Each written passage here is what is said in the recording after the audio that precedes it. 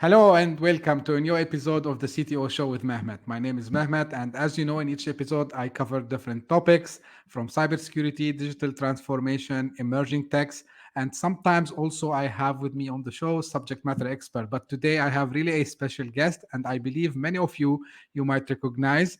I have Karim Hijazi, who's the founder and CEO of Visualicity. Karim worked with plenty of companies before, and he founded also a lot of companies. Karim, I like to leave this space for you to just introduce yourself, just in case someone he doesn't, and I doubt there will be if someone doesn't know you. No, happy to be here, Mehmet. Thank you so much for having me, and it's an honor to be on the show. So, as you said, my name is Karim Hijazi. I've been in cybersecurity, and back in the day, we used to call it InfoSec. So I still kind of tend to be an old guy and call it that at times, but for probably now well over 27 years. So, in a nutshell, and I'll keep the points salient, and I'll keep the highlights interesting. I started in the late 90s. Primarily in, believe it or not, competitive intelligence. So I wasn't even in cybersecurity per se. I was in the business of collecting intelligence on behalf of my customers and clients, which is a really great start because it gives you the perspective on exactly what generally is unprotected. So when you're privy to what typically can be exploited, you become the perfect candidate to help them secure their environments. And so I very rapidly converted my firm into a counterintelligence firm in the early 2000s. So around 2001, that's when that happened. Did that as a consultant for a number of years. In 2008, 9, and 10 is when I made the shift from pretty much exclusively being a consultant to being someone that actually built a product and became a CEO of a product company. That company was called Unveilance. That's the one that many folks may recognize me or remember me from because there was a pretty high profile battle with LulzSec, part of Anonymous. That was pretty crazy. And obviously look back on it fondly now as humorous and funny, but back then it was not very funny. And that led to a really fantastic outcome for the company. We ended up selling Unveilance to Mandiant, which again is a hugely well-known organization. This is Mandiant, of course, that predates Mandiant's acquisition by FireEye. So I was there through a very critical period of time where the APT1 report was written. A lot of really pivotal moments in the world of cybersecurity were sort of formed in that era. A lot of things that we take for granted were incepted around that time.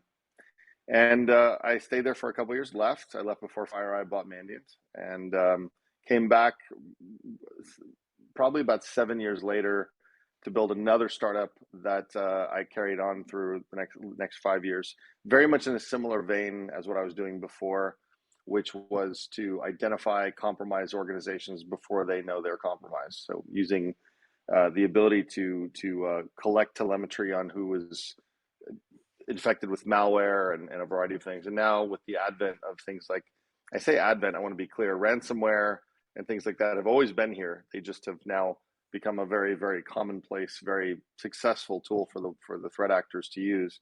That's become my focus now. And what I'm doing presently, among a variety of other things at Vigilosity is one of my startups. That one identifies the infrastructure that adversaries set up, and I facilitate the takedown of that infrastructure before it's weaponized. So that's probably as fast and as short and sweet as I can make my background, but happy to drive or drill down in any area you're interested to talk about. Yeah, actually, like you covered it all, I would say, Karim. But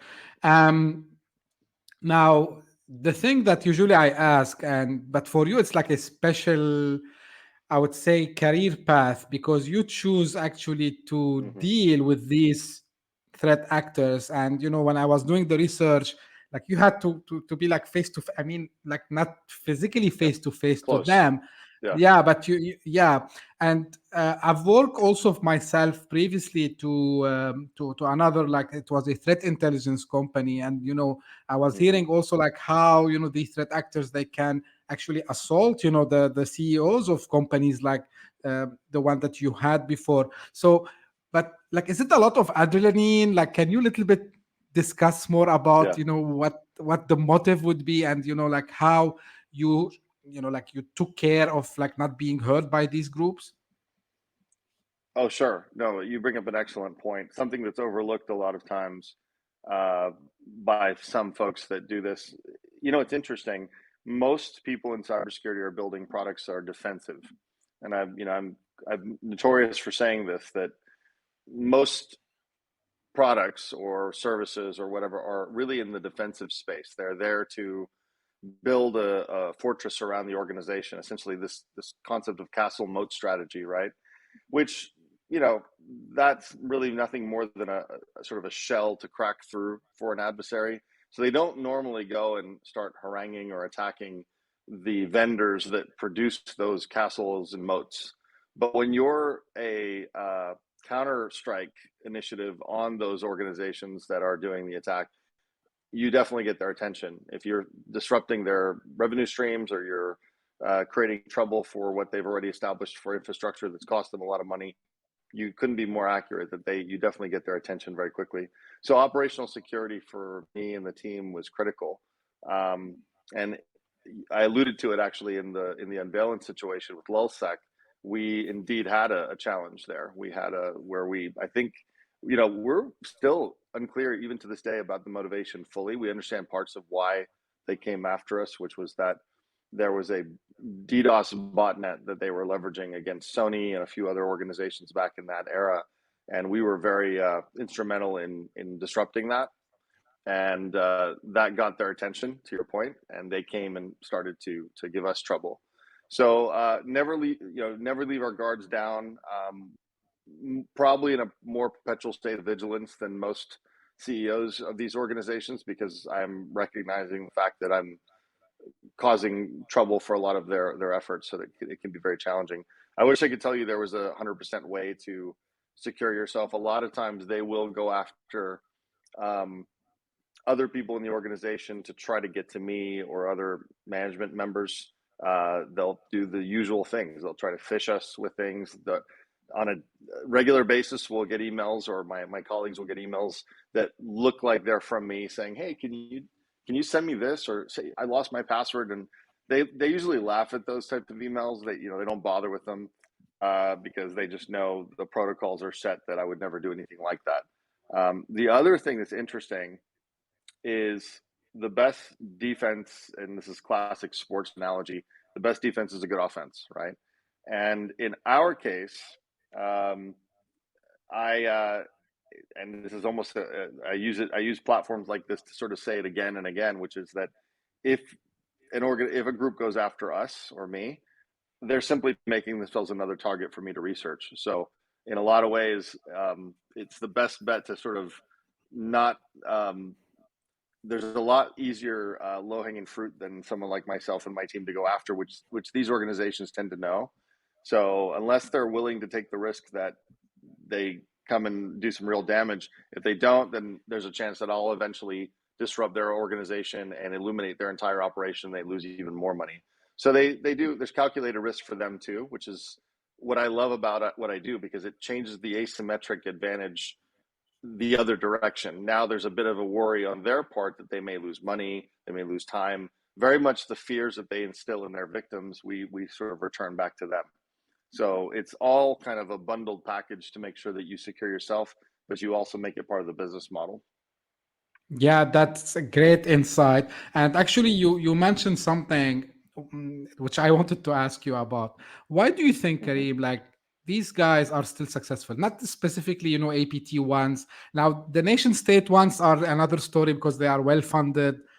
Their Right. main goal is not necessarily just to take money from their victims, but I mean the other Mm-hmm. ones who we see in the wild. And you mentioned ransomware. Why do you think they are still successful, although like like we, as you said, like people old enough like myself, we used to call it Yep. infosec and then cyber warfare Mm-hmm. and all this. So why do you think still it is very successful business model, I would say?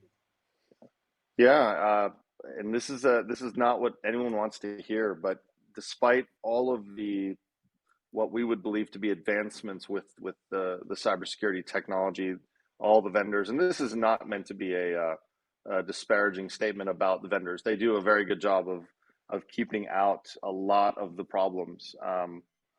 However, there's still forever going to be an easy target, which is the human condition, right? So as funny as this may sound, my early career was more social engineering than it was cyber. It was all about trying to get an individual to share information that was generally not supposed to be shared. And if you look at the way the access is really being perpetuated today, whether it's for ransomware or for anything else, it's usually through like an email. It's still that. It's Yep. still absolutely effective, despite all the technology in the world to try to stop these things, because they're very good at crafting these messages. And now, I mean, not this is a rabbit hole we could go down and probably an entire episode unto itself. With these large language learning models like the chat GPTs of the world, I mean, you can write an email in a tone and a fashion that sounds exactly like the individual that it was pretending to be coming from. And they also attack parts of the organization that can't afford to not open emails and open attachments, like HR. During the pandemic, we had a huge amount of effort to sort of help HR teams try to read the email, whether that could be a malicious email, because generally speaking, they were getting emails from people they didn't know, and they had resume attachments, and there was no choice but to open them and immediately infected. So that's half the issue. The other half is very simple. It's truly successful. I mean, we're talking about billions of dollars made now in terms of things like ransomware, extortive tools, now wiperware, where they're actually stealing the information entirely, wiping it completely, not encrypting it anymore, just stealing it and saying, look, we'll give it back to you if you pay us. No more encryption keys that don't work, or decryption keys that don't work, excuse me. More that, hey, we got your, it's like kidnap and ransom now rather than encryption and ransom. They're taking the data, the last only version of it, and saying, we have it here. And if you want any of it back, you're going to have to pay us. And that's a much, much stronger point of leverage, unfortunately, than even ransomware provides. So unfortunately, they've upped the stakes, and I think they're just going to continue to probably do this as long as it's profitable. Yeah, I see. And this is actually, like again, I work in the field, right? And I talk to Mm-hmm. CISOs and people who manage the security in their organizations. And the thing that I noticed that there's another problem they mentioned to me is that they are bombarded by vendors mentioning almost the same story, right? And one of the Yeah. points that I want to stop on now, zero trust, right? So Yeah. now it became the world in the wild. Now, Right. for you, because you work on the other side, you work on the offensive side. You're not like doing Mm-hmm. same as the other guys does, which I'm not saying they should not do. And even when I used to do presentation for my Agreed. previous company, I was telling guys, I'm not telling you stop investing there, but Mm-hmm. they were telling me, Mehmet, we have, do you want me to show you like how many tools I have here? So how do you see, like where can the balance can happen, between marketing buzz, like something like zero trust, or we're gonna Mm-hmm. see like a lot of like these terms also maybe in the future. So Right. what advice can you give from your experience to just Yeah. a CISO sitting in his office today, thinking about how I can protect my organization? That's a very good question, Mehmet. Zero trust and just about everything out there that kind of comes and goes. Like the RSA is, presently going on now, and now in Yes. the fall, Black Hat. And every year, there's the joke we have within the industry, which is the buzzword bingo, right? Which word is going to be on the banner this year, right? And is it going to be a word that's truly new, or is it going to be a reiteration or regeneration of something that once was, right? I mean, the truth of the matter is that nothing really has been truly innovative and groundbreakingly different when it comes to the adversarial management in I don't know how many years, to be perfectly honest. It's sort of slight tweaks on things. I mean, and this is going to sound pedantic, but this will hopefully be appreciated by some of the listenership you have. I remember the days when firewalls existed, and firewalls had no logging. They had logging, but they didn't have any verbose logging, I guess is my point. So people didn't know if Yeah. it was working or not. And I remember we would get these things deployed, and this is back when things like Nokia and Cisco and Checkpoint, were your kind of de facto standard firewalls that we would consider. This is before Palo Alto came around and things like that. And people complain. They're like, "Was it working? We bought this piece of junk for $20,000, or the big guys would buy it for $50, $60, $100,000, and they'd say, it's silent." And so the vendors had to make it noisy. They had to say, "Look, here's all the bells and whistles. Here's all the UI that delivers. Look how much we stopped." Very much like antivirus did for a while, where it would scream at you every 5 minutes, talking about how it stopped this and it stopped that. They had to find that adjustment, over the years to get a little bit more realistic, a good balance, in what actually works. Now, the problem and the symptom, that's a symptom of a greater disease, which is that everyone's looking for this silver bullet. Now we have something that'll stop the bad guys. Like, they want that. It's human nature. Everyone wants a pill to solve the problem. If you got a headache, you want to take a painkiller of some kind and just have it go away within half an hour. And that's the problem with this, is you're not dealing with something that is addressable with one solution or some new solution that sort of suggests it's got itself in place to take care of the problem. Now our problem, I would say zero trust is a very big one. You bring up a good point. The other one is AI. I mean, now everyone thinks that AI is going to solve the problem. Here's the dilemma. AI, quite frankly, in cybersecurity is almost more effectively used by bad guys than it is by good guys today. It's where there's a parallax, or there's a delay in the solutions that are coming up that are AI driven. And when I say driven, these are not autonomous yet. They're generally helpers. They're more like support assistants to a human analyst that is trying to anticipate whether something's a threat or not. And it's not necessarily working that well yet. Because it has to learn. All these things have to learn, as does the human that has to use these products. So there's a lot of interesting problems that are manifesting. So I think, to your point, the advice on this, or at least my perspective over the last 20 plus years, nothing's going to be a silver bullet. You don't want to forego solutions for one thing that claims it can do them all. There's really nothing like that exists out there. And in no way am I suggesting that what I do is universally good for everyone. But if you don't make yourself a harder target or a more painful target for the adversary, you're going to forever be the chosen victim. So the way hackers generally work, and you brought up an excellent point, the nation state actors generally will work incessantly and forever on a target if that is their objective, and they really don't have much of a limit as far as time or budget. That's a tough one to deal with, and that's a different conversation. But the ones that are opportunistic, right, if you can get those guys to move on to a lighter, easier target, then you've won. You're never really going to stop them forever from getting to you. You just have to become more difficult and maybe a little bit more intimidating, because many of our clients, at least, have less people come after them if they believe that the same thing I mentioned about myself. If they attack one of my clients, well, now they put themselves on the map to be researched and dug into and dismantled. And that's actually very scary for them, because that means a revenue stream hit. So they move on to a target that's maybe not using something like what we're doing. Yeah, actually, you covered multiple things, Karim, actually, like from AI, because I think, the reason the bad actors are able to use it, because they are leveraging it to maybe create the malware, do the research on their victims.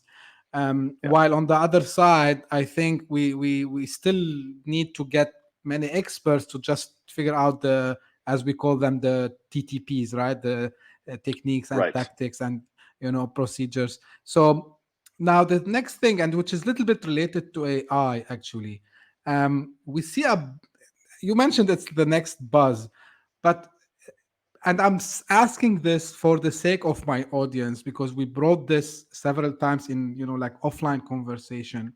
And actually, I shared something the other day. If someone today, let's say I am a CISO, someone tells me, hey, my solution is AI ML powered. Like, how do you think really they should really say, yes, this is an AI machine learning powered? Or maybe sometimes, which I'm hearing less about this word, but military grade secure, right? So yes. So how we can, and I like to do this, how we can bust this myth. I mean, from a pure customer Hmm. perspective? Yeah, no, it's great. And it's actually, it harkens back to your prior question around marketing buzz and, basically just uh, a narrative that is sensational and has a sizzle factor, but doesn't actually have any meat to it, or there's no weight behind it. That's tough. It's very tough because I'll tell you, these marketing teams that have now been working for a lot of these cybersecurity companies, they do a great job. I mean, I give them credit because they make it sound absolutely amazing in many cases. And unfortunately, in a lot of cases, it just doesn't work as advertised. Or more specifically, and this is a key thing, it's not deployed correctly. So this is where the vendor customer relationship is tenuous, because in many cases I'll go into an organization post breach. They'll say, I bought absolutely everything. I'm not going to name any vendors here to condemn anyone or promote anyone, but we bought everything under the sun, all the Gartner's suggested list of everything. And we'll go look and we'll say, well, yes, you did, but it was never deployed either properly or universally, ubiquitously across the whole organization. So all it took for the adversary to do was go look for the right conduit into the organization that didn't have this there, or there was under managed or not patched or not updated. There's a million reasons. So unfortunately, the way these vendors, the unscrupulous ones, will act is they'll say, well, of course you bought it, but you didn't use it right, so it's not our fault. And it's just an unfortunate reality that happens. And when it comes to infrastructure drift with organizations, the minute you lose talent, which happens a lot lately, as we all know, you lose a lot of tacit knowledge that leaves with the individuals that either are let go, or in the worst cases fired, or if there's a downsizing, they're unfortunately shift away, and a lot of that knowledge leaves with it, and the organization is left exposed. So there's things like that happen.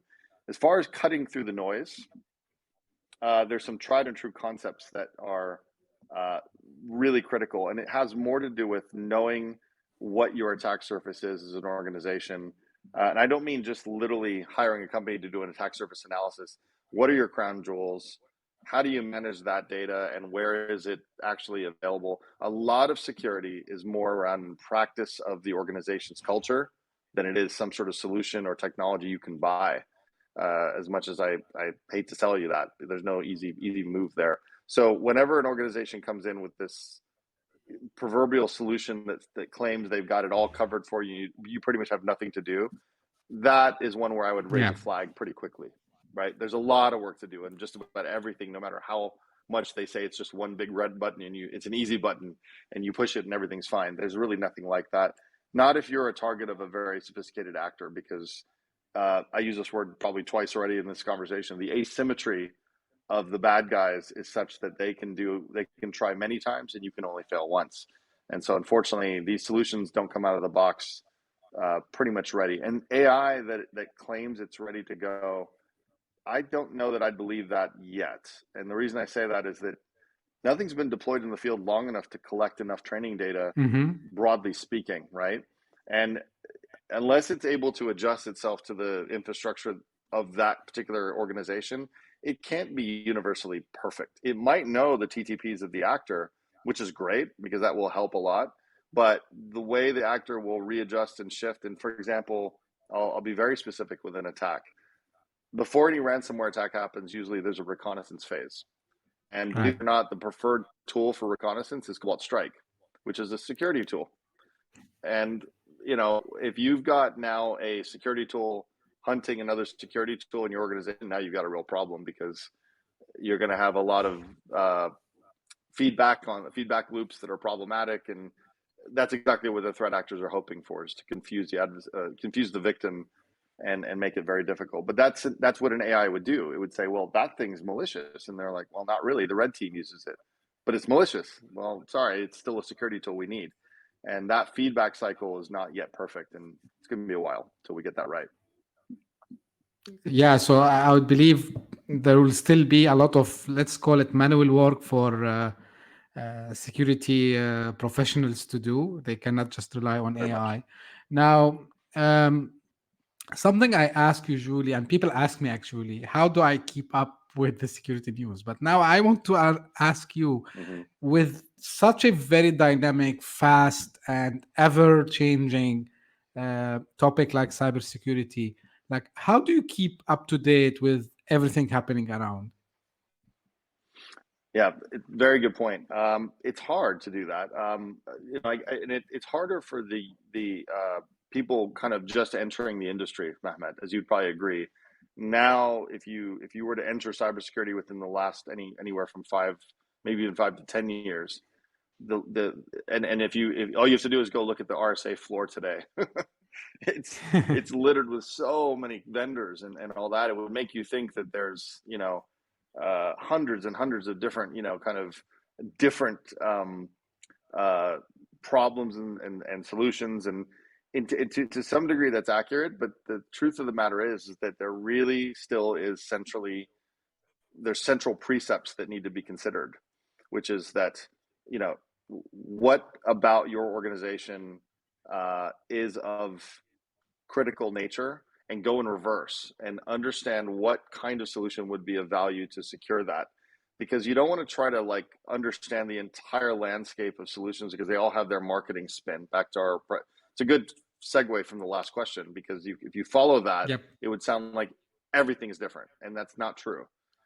Fundamentally, things live in one of two camps. They're either something defensive and tries to secure your data in some fashion, or something tries to secure your data in rest or in transit, I should say more specifically, Mhm. or on-prem or in the cloud, uh, or in some way it tries to limit the exposure to your organization through your people. Everything is about limiting exposure. The key thing here is the grade of technology you're looking to get involved with. There's probably no getting away with some sort of service work with an organization that knows what they're doing to give you that updated view of what's happening. So as I look at it, and this is a little bit of a different view, I don't necessarily look at the security landscape and tools that are out there. I look at the shifting TTPs of the adversary, which would then lend an answer to what solution I need to probably employ, whether it's a product or service. Because that's really what you need to be looking at. The vendors are obviously going to try to claim that their solution is the end all be all of what you need. But if that solution isn't addressing the problem, then it's a solution looking for a problem, right? And that's a lot Yeah. of them, to be perfectly honest. I try to say, well, what is the real problem?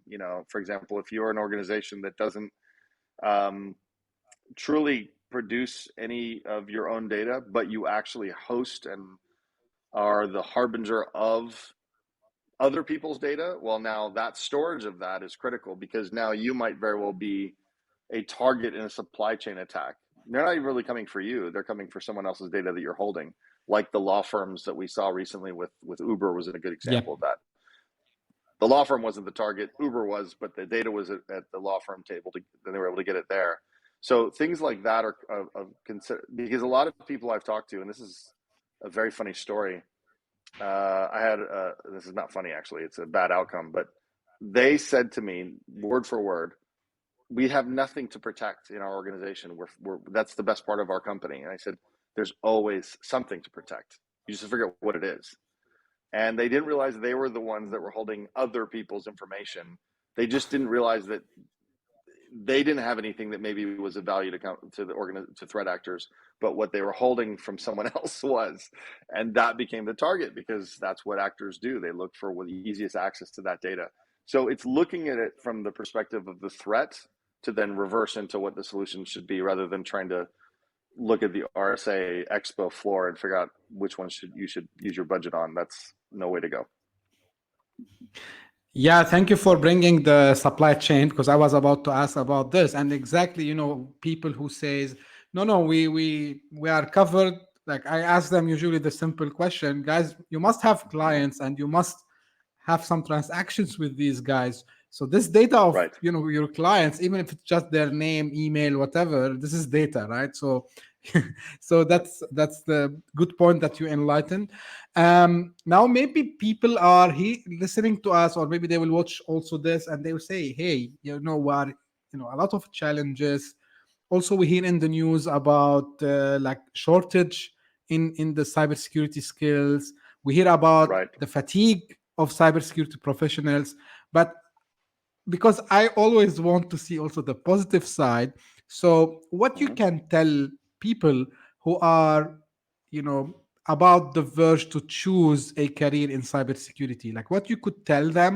So, really, because I think we need a lot of more people in the field, because Right. I know that in the US, in Canada, in Europe, even here in the Middle East, like there is a shortage.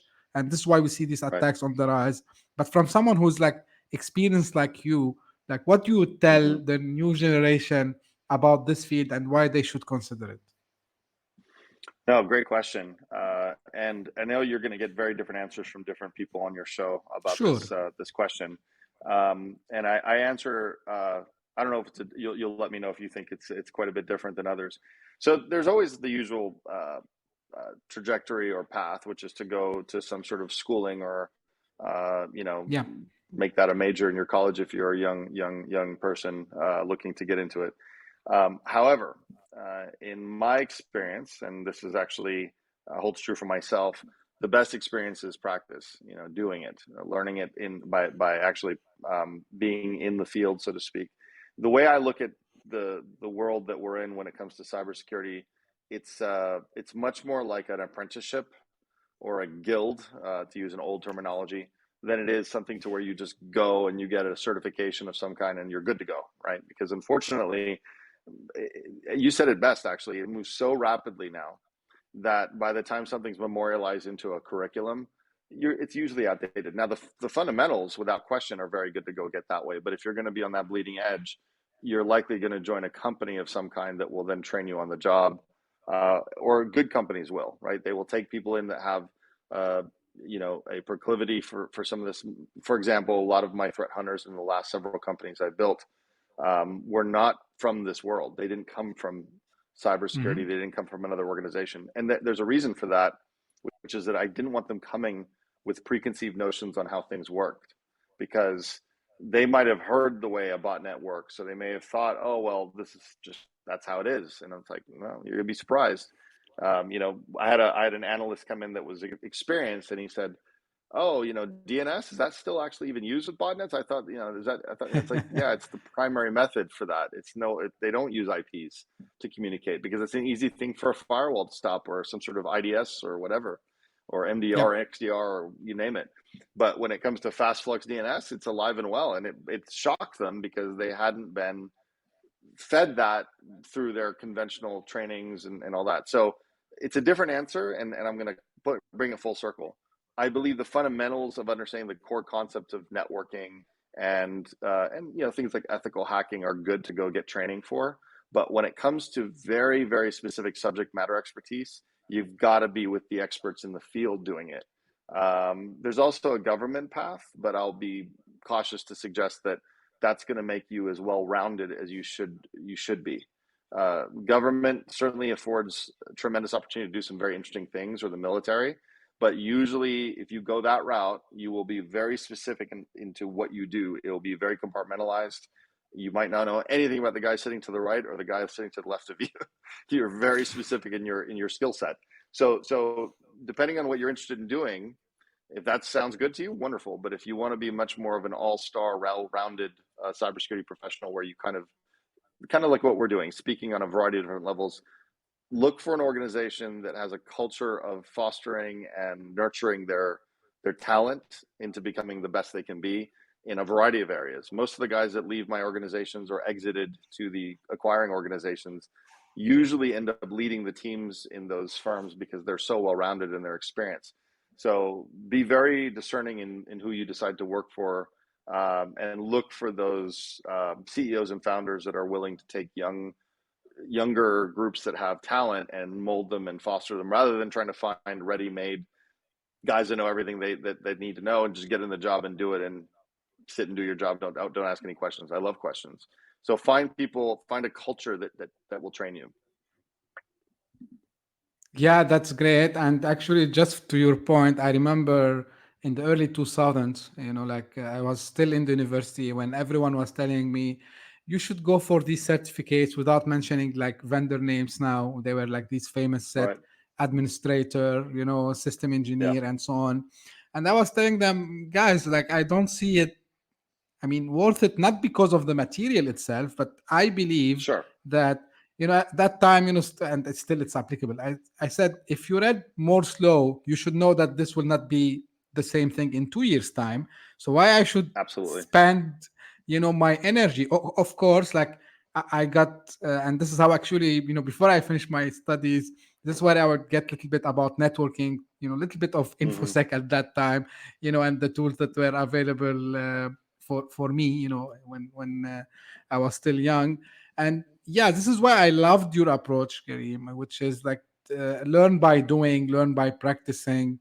And that doesn't mean like don't take courses. Of course, everyone can still take courses, but yeah, Of I course. love this Yeah. approach. Now, what I want to ask you is, we talked about like a little bit AI and the other stuff, but I mean, from your point of view, and because you've been in this domain for a long time, how do you see the cybersecurity? I mean, trends are going to be in the Hmm. coming years. Like, what are maybe the new type of attacks? What might be the new technologies that we might like? Of course, AI is one of them. This is very obvious. But Sure. what is your point of view on the future a little bit? Yeah, no, it's a great question, and of course, very speculative because unfortunately, if we could get ahead of it, we'd be in a much better position. But I Right. think there are trends, to your point, that are undeniable.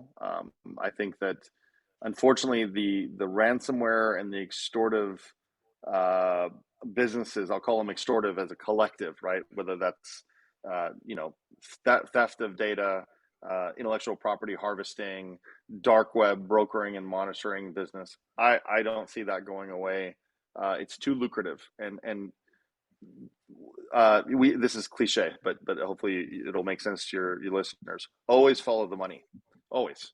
If the adversaries are, and that holds true for nation states as well, meaning if they are getting Right. huge amounts of traction in a given trajectory, that trajectory is nothing they're going to give up easily, especially if there is an ability to keep leveraging it. So areas I think they're going to be extremely interesting as we go forward has more to do with infrastructure. I think that cloud and the ubiquity of cloud and the digital transformations of organizations from going on-prem to cloud is going to be a big issue because and I say this with the most love in the world for the cloud providers. Cloud providers are like a hotel that basically give you a hotel room, right? But they don't necessarily tell you to lock your door and deadbolt it and put the little chain lock. It's there if you want to try it, Love it.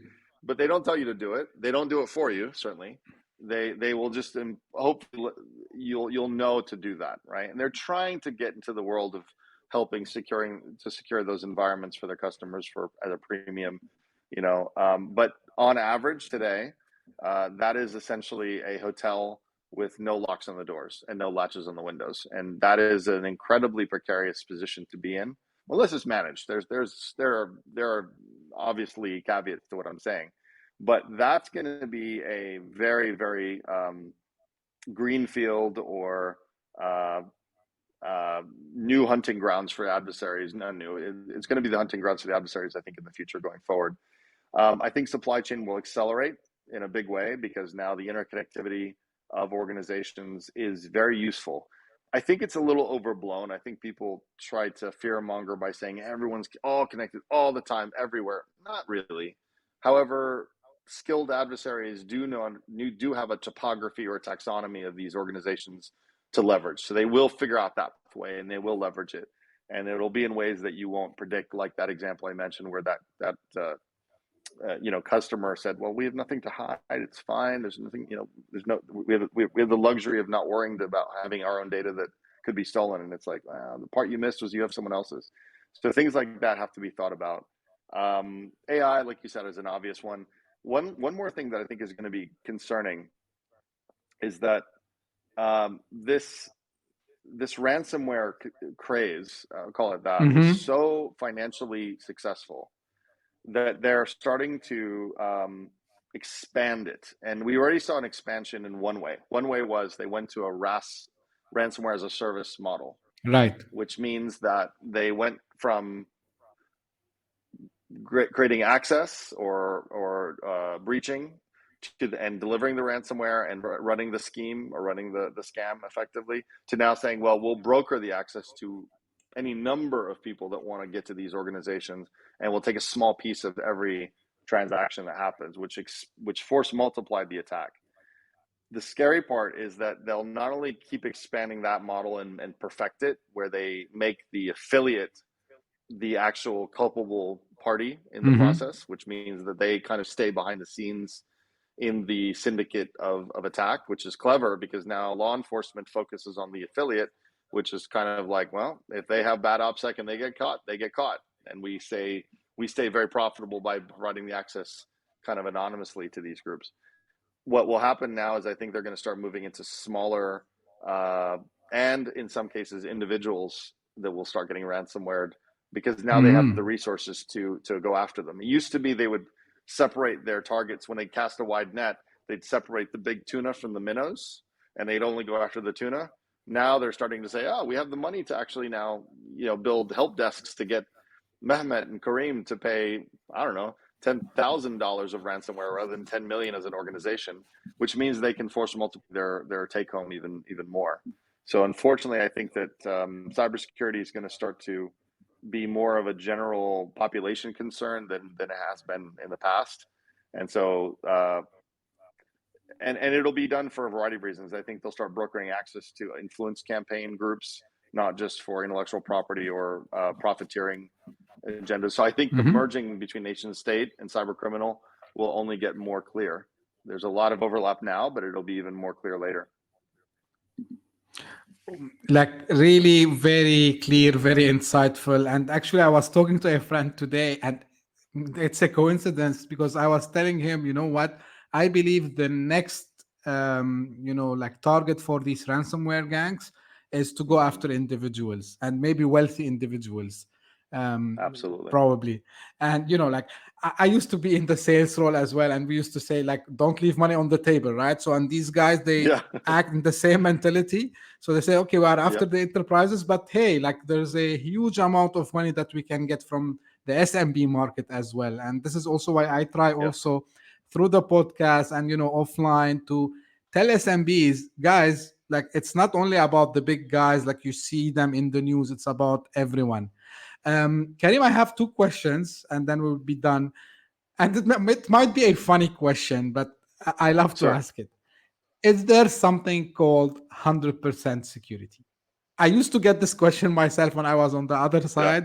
And of Yeah. course, I said, yeah, 100% Yeah. security. But really, is there something called 100% Mm-hmm. security? So it's a great question, and I'll answer it a little bit differently. And the answer is yes. And 100% security is no doors, no windows, no light, no air, and death. So that's what 100% security is. So it does exist. Logical. It's just absolutely, it's impalatable. It's not a real thing you could ever really. It's completely contradictory to business operations. So yes. So the it's real. I love your question because it's not asked enough. People reluctantly ask it because they feel like they're going to get the standard answer, which is no. There's no such thing. There actually is. It's diametrically opposed to operational efficiency. So the think of it like levels of a chart. The higher security you go, the levels of efficiency in business operations decline hugely, and the less security you have, the business operations go up. Now, ultimately, that doesn't mean they stay there because they become a target and the whole thing comes crashing down. But there's a lot of organizations that choose to forego security and run business operations fluidly and even more efficiently than they would if they did have security. And some of them fly under the radar for a very long time and they feel like there's nothing to worry about and they do very well. They're just rolling the dice. They're taking a lot of risk. They're gambling with their data. They're gambling with their teams and this and that. So yeah, so there is the possibility to turn the dial, the knob, the volume knob to max, and max means every email gets stopped in the process, every phone call gets monitored and limited, and everyone has to go through a man trap and a wanding strip search before they come to their desk, and unfortunately, and when they Yeah. leave their desk, and that's just a dead company. There's no way they'll ever be able to function. So yeah, government faces this problem, Mehmet, because they have to sort of deliver. This is why they're inefficient.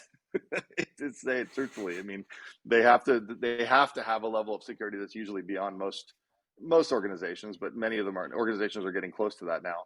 But it does slow everything down because of look at TSA at the airport. If we did away with that, we'd all be thrilled because we get on the plane really quickly, but we'd be living in fear on the plane Mm. ride to where we're going. So there's a level of commitment to slowing things down and slowly making it dimmer, slowly making it more quiet to live effectively. It's a balancing act to get yourself in the right place. No such thing as one way or the other. So yeah, great question, and maybe hopefully a bit of a different answer than you'd normally heard. No, no, that's completely fine. That's actually what I tell people. Like, you can just unplug everything and shut down. That's the Yeah, most secure way. And by the way, just unplugging is not secure also as well, because I said, right. like, yeah, we hear about what happens in the OT space. This is maybe another, and IoT Hmm. space is maybe another discussion.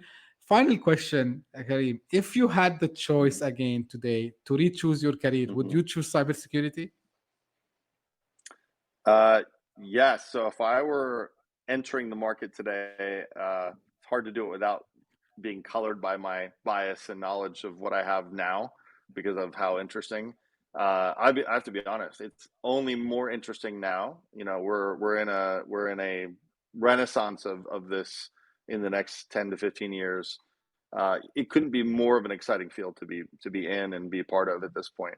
And I would extend it to say that I've lived at the precipice and the sort of junction or nexus of intelligence and security my whole career, and that is my favorite place to be because there's a really interesting uh, dynamic and relationship between the two of them.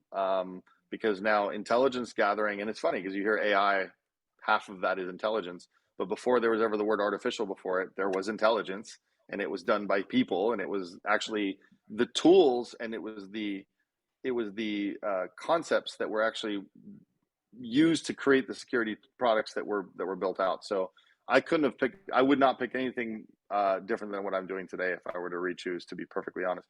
If I did choose anything that was different from it completely, believe it or not, I probably would have been a photographer professionally. I would have gone Oh, that wow. path entirely if I had chose Yeah, something completely different, if I had the option. Yeah. that's completely fine. Well, that's Yeah. really nice to hear, Karim. And anything you want to add before we close, Karim? Anything you want to say? No, thank you so much, Mehmet, for having me. I think this is hopefully a very good conversation. Happy to maybe come back and we can talk about literally every question you had. We could probably make a podcast unto itself. So maybe in the future we'll have Exactly. another opportunity. Yeah, Exactly. Like, as I say, usually when the topic is cybersecurity, it cannot be done in one meeting. I remember sure. myself with a colleague. It was a 1 hour or 45 minutes meeting, and then we went out after 2.5 or maybe 3 hours because the topics kept coming Yes, up. So so yeah, cybersecurity is a it's an ocean by itself, and a lot of things it happening is. there. So, well, Karim, thank you very much for being my guest today on the show. As usual, and this is for the audience, if you are watching this on YouTube, or if you are listening using your favorite podcasting platform, please, I would love to hear your feedback about the content of this episode and the show in general. And don't forget also to tell your friends and colleagues about it, because I'm trying to, get as much as possible rich content here. So I would appreciate your support on this. So please subscribe, reshare it with everyone you know who might be interested. And as usual, also, if you are interested to be on the show today, please don't hesitate to reach out to me. I would be more than happy to discuss the topic, and then we can have a session together, and then we can do the shooting. And thank you again. And until we meet in the next episode, thank you very much.